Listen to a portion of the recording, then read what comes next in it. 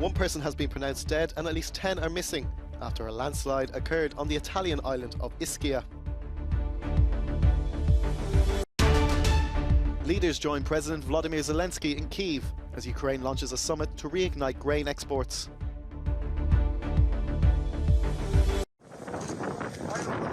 One person has been pronounced dead and at least 10 are missing after a landslide swept through the Italian island of Ischia off the coast of Naples early Saturday morning, according to the government delegate in Naples.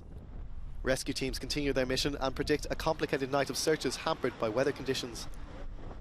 The force of the mud sliding down mountainsides was strong enough to send cars and buses into the sea at the port of Casamicciola on the north end of the island.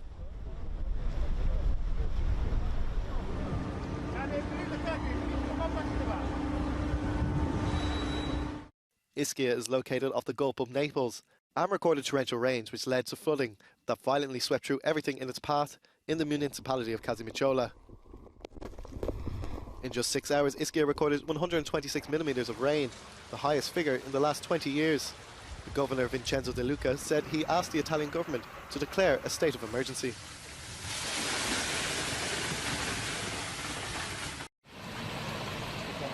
Poland's Prime Minister Mateusz Morawiecki was among the leaders who joined the Ukrainian President Volodymyr Zelensky at the launch of the Grain from Ukraine summit in Kyiv.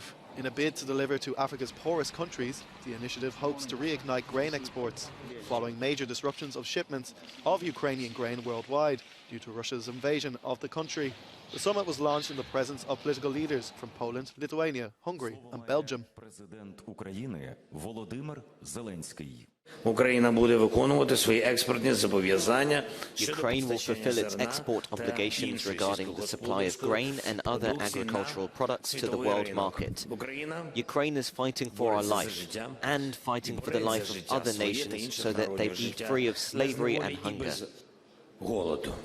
Last week, the Barbados-flagged Nordwind ship left the port of Odessa with reportedly 27,000 tons of wheat leaving for Ethiopia. Death to America, they chant, as Iran's supreme leader Ayatollah Ali Khamenei addresses members of the Basij, part of the country's elite revolutionary guard. Khamenei denounced protests sparked by the death of a young woman in police custody for allegedly breaking strict Islamic dress rules. He said, "The problem is not a few rioters in the street. Even if each rioter, each terrorist must be punished. The battlefield is much broader. The main enemy is the global arrogance." Protests continued on Saturday at some universities in the capital Tehran and other cities. Dozens of eye doctors have warned that many demonstrators have been blinded by the security forces during the disturbances. Taiwan's President Tsai Ing-wen has resigned as head of the ruling Democratic Progressive Party after the public overwhelmingly backed the opposition Nationalist Party in several major electoral races.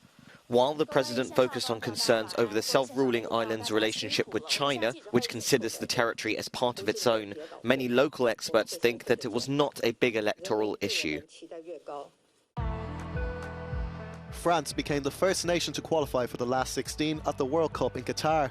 PSG striker Kylian Mbappe scored twice with a late winner against Denmark. 2-1 was the score. Emotions were high for Australia also, who beat Tunisia 1-0 Saturday for only its third World Cup win in its history. Mitchell Duke gave Australia the lead midway through the first half with a header.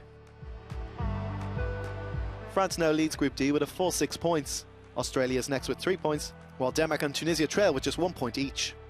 In a tense match, Argentina battled to beat Mexico 2-0 in thrilling fashion.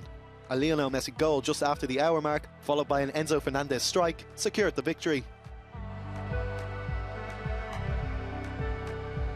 In Group C's other match, Poland beat Saudi Arabia 2-0, with Robert Lewandowski scoring and Wojciech Szczesny saving from the penalty spot.